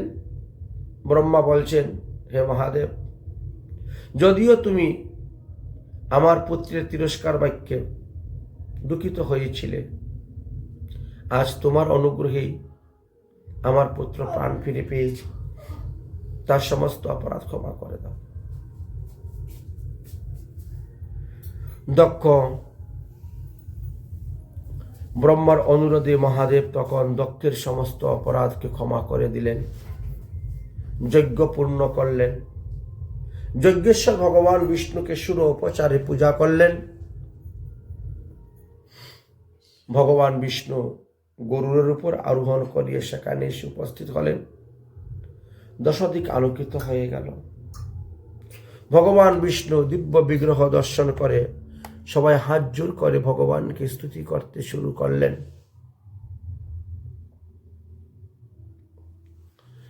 ওই স্থানে শুক্রাচার্য যখন দেখলেন যে মহাদেবের কাছে মৃত সঞ্জীবিনী মন্ত্র আছে, যে দক্ষের মাথাটাকে আগুনে ফেলে পুড়িয়ে দেওয়া হয়েছে, আবার ছাগলের মাথা এনে যুক্ত করে তাকে জীবিত করে দিয়েছে, তাহলে তো এই মন্ত্র আমার শিখতে হবে। এই জন্য শুক্রাচার্য মহাদেবের তপস্যা করলেন, আর মহাদেবের তপস্যা করে তিনি এই মন্ত্রটি শিখে নিয়েছিলেন। যাই হোক, এইভাবে দক্ষযজ্ঞ কার্য সমাপ্ত হলো। তারপরে সবাই ভগবানকে প্রণাম করে প্রত্যেকে নিজ নিজ স্থানে চলে গেলেন। দেবগণ পৃথক পৃথক ভাবে দেবতা, ঋষি, সিদ্ধ, গন্ধর্ব সবাইকে হাত জোর করে করে ক্ষমা চাইলেন। রুদ্র সাপে, আপনার স্বরূপ আমরা জানতে পারি না, এই জন্য ওই অভিশাপের কারণে তারা ভগবানের স্বরূপ জানতে পারে না। শিব অনুগত হয়ে যারা চলে, ওই অভিশাপ তাদের লেগে যায়। তাই সবাই ভগবানকে প্রণাম করছেন, ক্ষমা চাইছেন। মৈত্রী বললেন, হে বিদুর, ভগবান বিষ্ণু নিজ হস্তে তখন যজ্ঞভাগ গ্রহণ করে দক্ষকে বললেন, হে দক্ষ, আমি সর্বজীবে পরমাত্মা রূপে অবস্থান করি। আমি ব্রহ্মা আর মহাদেব, আমরা তিনজনই এক, আর একই তিন। আমরা তিনই ত্রিগুণাত্মক মায়া শক্তি অবলম্বন করিয়া এই বিশ্বের সৃষ্টি, স্থিতি ও সংহার কার্য করিয়া থাকি। এই জন্য তৎকার্যভেদে ব্রহ্মা, বিষ্ণু এবং শিব পৃথক পৃথক সংজ্ঞা নাম দেওয়া হয়েছে। আবার আমরা তিন দেবতাই এক বলিয়া জানিবে। এই বলে ভগবান বিষ্ণু সেখান থেকে অন্তর্ধান হয়ে গেলেন। এখন এখানে একটা বিশেষ দ্রষ্টব্য হলো কি, ভগবান বিষ্ণুর এই কথা বলে যখন এখান থেকে চলে গেলেন, তখন আমাদের মহাজনগণ তারা বললেন যে তাহলে বিষ্ণু থেকে মহাদেবের নাম আলাদা করা যাবে না। যদি কেউ আলাদা করেন তাহলে 10 প্রকার নাম অপরাধের মধ্যে 1 প্রকার নাম অপরাধ হইবে, যেহেতু নাম অপরাধ লেখা আছে। ভগবানের সঙ্গে অন্যান্য দেবদেবীর তুলনা করা যায় না। কৃষ্ণ এক ভগবান, মহাদেব আরেক ভগবান, ওটা বলা যাবে না। যেহেতু এই 3 তত্ত্ব এক, শুধু খালি গুণটা তাদের বিভেদ। যাই হোক, প্রজাপতি দক্ষ অন্যান্য সমস্ত দেবতাদেরকে পূজা করলেন, এক মনে রুদ্রের অর্চনা করলেন, মহাদেবের পূজা করলেন, যজ্ঞ শেষ করলেন, পুরোহিতদেরকে নিয়ে সহিত স্নান করলেন, এভাবে অন্যান্য কার্য করেছিলেন। তারপরে শিবের পূজা শুরু হয়ে গেল। আবার পরবর্তী সময়ে এখন শিবের পূজা না করে আমরা কেন লিঙ্গ পূজা করি, কেন শিবলিঙ্গ পূজা করা হচ্ছে? এর পিছনে একটি রহস্য আছে, সেটা আগামী কল্য আমরা আস্বাদন করব। আজকের মতো ভগবতীয় কথা আমরা এখানেই বিশ্রাম দিলাম। যদকরম পদবষ্টম মাত্রাহীনশ্চ ইয়দ্ভবে তৎসর্বক্ষমতাম দেবং প্রসিদ্ধম পরমেশ্বরম। জয় জয় শ্রী রাধেশ্যাম। মন্ত্রহীনং ক্রিয়াহীনং ভক্তিহীনং জনার্দন পূজিত শ্রীময়ার্বৎ। সর্বে ভবন্তু সুখিনা সর্বে শান্ত নিরাময়া সর্বে ভদ্রাণি পশ্যন্তু মা কশ্চিৎ দুঃখভাগ্ ভবেৎ। ওম শান্তি ওম শান্তি ওম শান্তি।